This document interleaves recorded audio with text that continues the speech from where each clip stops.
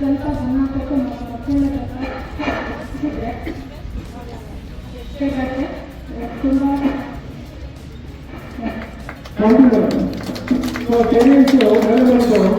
ನಮ್ಮ ತಮ್ಮ ಜೀವಿತರ ಕೆಲಸ ಮಾಡ್ತಾರೆ, ತಮ್ಮ ಮಕ್ಕಳಿಗೆ ಏನೆಲ್ಲ ಕೆಲಸ ಮಾಡ್ತಾರೆ, ಮೊಬೈಲ್ ಜೊತೆ ಯಾವ ರೀತಿ ವ್ಯವಹಾರ ಮಾಡ್ತಾರೆ. ಯಾಕಂದ್ರೆ SSLC ಬಂದಿದ್ದಾರೆ, ನಾವು ಕೂತ್ಕೊಂಡಾಗಿ ಪರವಾಗಿ ಬಂದಾಗ ನಮ್ಮ ಮಕ್ಕಳು ಎಲ್ಲಿ ಹಿಂದಿರ್ತಾರಂದ್ರೆ ಒಂದು ಇಂಗ್ಲೀಷ್ ಮತ್ತೆ ಗಣಿತ ಹಾಗೂ ವಿಜ್ಞಾನ ಸಂಯುಕ್ತ ದಾಖಲೆ ಏನು ಬೋಧಿಸಬೇಕು ಅನ್ಸುತ್ತಾ ಇಲ್ಲ. ಮೊದಲನೇ ಕಾಲ ಬಂದ್ಬಿಟ್ಟು ಟೆಸ್ಟು ಏನು 6th 7th 8th 9th ಬುಕ್ಕಿದೆ, 9th ದಾಖಲೆ ಇತ್ತು. ಅದು ನಾವು ಮಾಡ್ಬೇಕಾದ್ರೆ ಇತ್ಯಾಸ ಬುಕ್ಕಿಲ್ಲ, ಟೆಸ್ಟ್ ಗೊತ್ತಾಗುತ್ತೆ, ಅದು ಕಾನ್ಸೆಪ್ಟೇ ಇಲ್ಲ. ಯಾಕೆಂದ್ರೆ ನಮ್ಮ ಮಕ್ಕಳು PUC ಹೋದಾಗ ತುಂಬಾ ಚೆನ್ನಾಗಿ ಆಗ್ತಾರೆ. ಯಾಕಂತಂದ್ರೆ ಆ ಮಕ್ಕಳಿಗೆ ಕ್ರಿಯಾಟಿಕ್ ತಗೊಂಡು ಗೊತ್ತಿರಲ್ಲ, ಕೇಳಿಸಿರೋ ಗೊತ್ತಿರಲ್ಲ, ಡೈರೆಕ್ಟ್ ಟೀಚಿಂಗ್ ಕೊಡ್ತಿರ್ತೀರ ಪೇರೆಂಟ್ಸು. ಅವಾಗ ಏನಾಗುತ್ತೆ ಅಂದ್ರೆ ಅವ್ರಿಗೆ ಹೈಸ್ಕೂಲ್ ಟೈಮಲ್ಲಿ ಅಥವಾ 8th 9th 10th ಆ ಕಾನ್ಸೆಪ್ಟ್ ಅವ್ರಿಗೆ ಗೊತ್ತಿರಲ್ಲ. ಕಾರಣ ಅಂದ್ರೆ ನಮ್ಮ ಒಂದು ಸರ್ಕಾರ ಆಗಿರ್ಬೋದು ಅಥವಾ ಒಂದು ಪಠ್ಯ ಪುಸ್ತಕದ ರಚನೆ ಸಮಿತಿ ಆಗಿರ್ಬೋದು ಮಾಡುವುದು ಕೆಲವು ತಪ್ಪುಗಳು. ಎರಡನೇ ವಿಷಯ ಬಂದ್ಬಿಟ್ಟು ಮೊಬೈಲ್ ಮಕ್ಕಳು ಗೇಮ್ಸ್ ಆಡೋದು, ಇನ್ಸ್ಟಾಗ್ರಾಮ್, ವಾಟ್ಸಪ್ ಮತ್ತು ಸ್ನ್ಯಾಪ್ಚಾಟ್ ಬೇರೆ ಎಲ್ಲ ಟೆಕ್ನಾಲಜಿಗಳು ಮುಂದಿದ್ದಾರೆ. ಸ್ಟಡೀಸಲ್ಲಿ ಮಾತ್ರ ತುಂಬಾ ಹಿಂದೆ ಇದ್ದಾರೆ. ಜೊತೆಯಲ್ಲಿ ಸ್ಮಾರ್ಟ್ಫೋನ್ ಏನು ಕುರ್ಕುರೆ ಚಿಕ್ಕ ಮಕ್ಕಳು LKG ಮಕ್ಕಳಿಂದ ತಗೊಂಡು ತೆಗೆದುಕೊಂಡು ಇನ್ನೊಂದು ಕಾಮನ್ ಫುಡ್ ಡೈಲಿ ಅಭ್ಯಾಸ ಮಾಡ್ತೀವಿ, ತುಂಬಾ ಎಫೆಕ್ಟ್ ಆಗ್ತಿದೆ. ಲಂಚ್ ಶ್ವಾಸಕೋಶದ ತೊಂದರೆ ಆಗ್ತಿದೆ. ಅದೇ ನಾವು ಇಲ್ಲೇ ತಿನ್ನಬೇಕು, ನಮ್ಮ ಜೀವನ ಶೈಲಿಯನ್ನು ನಾವು ಬದಲಾಯಿಸಬೇಕು. ಆಟವಾಡೋದು ಮಕ್ಕಳನ್ನ ಮೊಬೈಲ್ನ ದೂರ ಇರಬೇಕು ಅಂತ ಹೇಳಿದ್ದಾರೆ. ಧನ್ಯವಾದಗಳು. ಮತ್ತು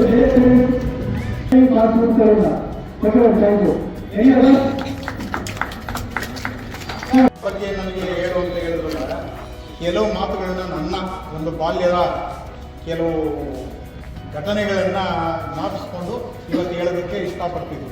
ಇವತ್ತು ಎಲ್ಲರೂ ನನಗೆ ಶಬಾಸ್ ಅಂದರು. ಏನಂದರೆ ನನ್ನ ವಯಸ್ಸಿಗೆ ಕಬಡ್ಡಿ ಆಡಿದ ತಾತ ಅಂತ. ಇಲ್ಲ, ನಾನು ಚಿಕ್ಕ ಹುಡುಗನಲ್ಲಿ ನಮ್ಮಲ್ಲಿ ಮರಕೋತಿ ಆಟ, ಕಬಡ್ಡಿ ಮತ್ತು ಈ ತೀನಕಡ್ಡಿ ಅಂತ ಆಡ್ತಿದ್ವಿ, ಬುಗುರಿ, ಗೋಲಿ. ಇವತ್ತು ಏನೇನೂ ಇಲ್ಲ. ಇವತ್ತಿನ ನಮ್ಮ ಹುಡುಗರಿಗೆ, ನನ್ನ ಮೊಮ್ಮಕ್ಕಳಿಗೆ ಅವನ್ನೆಲ್ಲ ಕಲಿಸ್ಬಿಡುತ್ತೆ ಅಂದರೆ ಅವ್ರಿಗೆ ಗೊತ್ತೇ ಇಲ್ಲ ಈ ಆಟ ಏನು ಅಂತಂದರೆ. ಅವ್ರು ನನ್ನೇ ಕೇಳ್ತಾರೆ, ಇದು ಯಾವ ಆಟ ಗೊತ್ತಾ, ಇದು ಹೆಂಗೆ ಆಡೋದು ಅಂತ.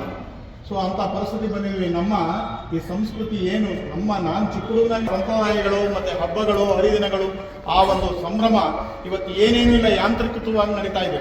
ಏನು ಊಟ ಮಾಡಬೇಕು ಮೊಬೈಲು. ಇವಾಗ ಬಂದಿರೋ ನಮ್ಮ ದುಶ್ಮನಿ ಅಂತಂದರೆ ಮೊಬೈಲು. ನಾನು ಇಟ್ಕೊಂಡಿದ್ದೀನಿ, ಕೆಟ್ಟದಕ್ಕೂ ಉಪಯೋಗಿಸ್ಬೋದು. ಅತಿ ಹೆಚ್ಚಾಗಿ ಉಪಯೋಗಿಸೋದು ಅಂತಂದರೆ ಇವತ್ತು ಮೊಬೈಲು ಕೆಟ್ಟದಕ್ಕೆ ಯೋಚನೆ ಮಾಡ್ತೀನಿ, ಉಪಯೋಗಿಸ್ಕೊಳ್ತಾರೆ. ಸೊ ನಾನು ಏನು ಉತ್ಪ್ರೇಕ್ಷೆಯಿಂದ ನಾನು ಮಾತಾಡೋದಕ್ಕೆ ಹೊರಟಿದ್ದೀನಿ ಅಂತಂದರೆ, ಈ ಸ್ಪೋರ್ಟ್ಸ್ ಅಂದರೆ ಕ್ರೀಡೆಗಳ ಬಗ್ಗೆ ಮಾತಾಡೋದಕ್ಕೆ. ಈ ಕ್ರೀಡೆ ನಾವು ಇವಾಗ ನನ್ನ ವಯಸ್ಸಿಗಿಂತ ಇನ್ನೂ ಚಿಕ್ಕವರು ಇದ್ದೀರಲ್ಲ, ನಿಮ್ಮ ವಯಸ್ಸಿಗೆ ಅನುಗುಣವಾಗಿ ನೀವು ಹಿಂದಕ್ಕೆ ಹೋಗ್ರಿ. ನಿಮ್ಮ ಬಾಲ್ಯಗಳ ಒಂದು ನೆನಪಿಗೆ ಎಂತೆಂಥ ಆಟಗಳಿದ್ವು. ಇವತ್ತು ಏನು ಆಡ್ತಾ ಇದ್ದೀವಿ, ಏನು ಆಡೋದು. ಕಬಡ್ಡಿ ಅದೇನು ಇವಾಗ ಏನೋ ಟಿವಿನಲ್ಲೆಲ್ಲ ಅಲ್ಲೆಲ್ಲೂ ಬರ್ತಾ ಇದೆಯಲ್ಲ, ಅದರಿಂದ ಇವತ್ತು ದೇಶದಲ್ಲಿ ಕಬಡ್ಡಿ ಅಂತ ನೋಡ್ತೀವಿ. ಇವತ್ತು ಎಲ್ಲಿ ನೋಡಿದ್ರು ಬರೀ ಕ್ರಿಕೆಟ್, ಆಮೇಲೆ ಮೊಬೈಲ್ ಸ್ಪೋರ್ಟ್ಸ್ಗಳು ನೋಡೋದು, ಬರೀ ಇಂಥವೇ ಆಗೋಯ್ತು. ಈ ನಾವು ದೈಹಿಕವಾಗಿ ಎಷ್ಟೊಂದು ಸ್ಟೆಬಲ್ ಅಂದರೆ ಶಕ್ತಿವಂತರಾಗ್ತೀವಿ ಅಂತಂದರೆ ಈ ಸ್ಪೋರ್ಟ್ಸ್ನಲ್ಲಿ ನಾನು ಅಂಥ ಊಟ ತಿಂದಿದ್ದೀನಿ, ಅಂಥ ಆಟಗಳು ಆಡಿದ್ದೀನಿ. ಅದರಿಂದ ಇವತ್ತು 70 ವರ್ಷ ಕಳೆದ್ರೂ ಇಷ್ಟೊಂದು ದೈಹಿಕವಾಗಿ ಬಲಿಷ್ಠವಾಗಿದ್ದೀನಿ ಅಂತ ಹೇಳೋದು. ಈ ನಮ್ಮ ಪೇರೆಂಟ್ಸ್ಗಳು ಈ ಮಕ್ಕಳಿಗೆ ಈ ಮೊಬೈಲ್ ಅವು ಇವು ಆಟಗಳನ್ನ ತೋರಿಸೋದು, ನಮಗೆ ತಿಳಿದಿರತಕ್ಕಂಥ ಆಟಗಳನ್ನ ದೇಶೀಯ ಕ್ರೀಡೆಗಳಿಗೆ ಒತ್ತು ಕೊಟ್ಟು ಮನೆಯಲ್ಲೇ ಇವುಗಳ ಕಲೀರಿ, ಆಟ ಆಡ್ರಿ ಅಂತ ಅವಕ್ಕೂ ಸೀಮಿತವಾದ ಒಂದು ಟೈಮ್ ಕೊಟ್ಟು ಆಟ ಆಡೋದಕ್ಕೆ ಏನು ಮಾಡ್ಬಿಟ್ಟು ಮಿಕ್ಕಿದ್ದಕ್ಕೆ ಪಾಠದ ಕಡೆ ಗಮನ ಕೊಡ್ರಿ ಅಂತ ಹೇಳಿ ನಿಮ್ಮೆಲ್ಲರಿಗೂ ಹೇಳ್ತಾ ಈ ಮಾತಾಡೋದಕ್ಕೆ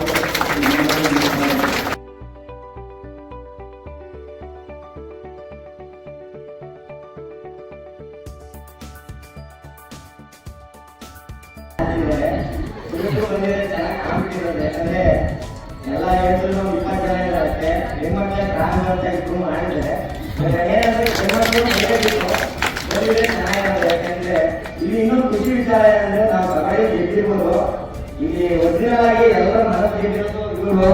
ಯಾಕಂದ್ರೆ ವಯಸ್ಸಿನ ದೊಡ್ಡವರು ಅವ್ರು ಈ ಏಜಲ್ಲೂ ಕೂಡ ಒಂದು ಕಬಡ್ಡಿ ಆಟ ಆಡಿದ್ದಾರೆ ಅಂತಂದ್ರೆ ನಾವು ಏನು ಅಲ್ಲ ಅವ್ರ ಮುಂದೆ. ಯಾಕೆ ಅಂತಂದ್ರೆ ಆ ಏಜ್ ಒಂದು 75 71 ಏಜ್.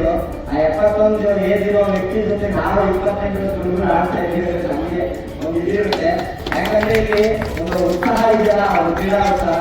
ಅವಾಗಲೇ ಇಲ್ಲಿ ಕೈಗಾರಿಕೆ ಹೇಳಿದ್ರು, ನಾವು ಖೋಖೋ ಆಡಿದ್ವಿ ಕಣೆ, ಅದಕ್ಕೋಸ್ಕರ ಅದು ಹುಮ್ಮಸ್ಸು ಆ ಬ್ಲಡ್ ಬಂದ್ಬಿಡುತ್ತೆ ಅಂತ. ನಾವು ಸ್ಪೋರ್ಟ್ಸ್ ಮ್ಯಾನ್ ಹೊತ್ತು ನಮ್ಗೆ ಕೇಳ್ಕೊಂಡ್ವಿ ಈ ಹುಮ್ಮಸ್ ಹೆಂಗ್ ಬಂತು ಅಂತ ಅಂದ್ಬಿಟ್ಟು. ನಾವು ಮೊದಲೆಲ್ಲ ಕಬಡ್ಡಿ ಆಡಿದ್ವಿ, ಖೋಖೋ ಆಡಿದ್ವಿ, ಅದು ಸುಮ್ಮನೆ ನಿಂತ್ಕೊಂಡಿದ್ರೆ ಆಗಲ್ಲ, ಆಡ್ತಾ ಇದ್ದಲ್ಲ ನಾವು ಬಂದು ಸೇರ್ಕೊಂಡ್ವಿ ಅಂತ ಅಂದ್ರು. ಜೊತೆ ಲಾಸ್ಟ್ ನನ್ನ ಹಿಡಿದು ಟೂಡೇನೆ ಪಾಠ ಇವ್ ಬೀಳಿಲ್ಲ ಅಂದ್ರೆ ನಾನು ಔಟ್ ಆಗ್ತಿದ್ದೆ. ಬಿದ್ದಿದ್ದ ಆ ಏಜ್ ಸ್ಪಂದಿಸಿಲ್ಲ, ಆದ್ರೂ ನಾನು ಔಟ್ ಆಗಿದ್ದೀನಿ ಹೋಗಿ ಅಂತ ಹೇಳ್ತಾ. ಮತ್ತೆ ಈ ಒಂದು ಆಯೋಜನೆ ಇದೆಯಲ್ಲ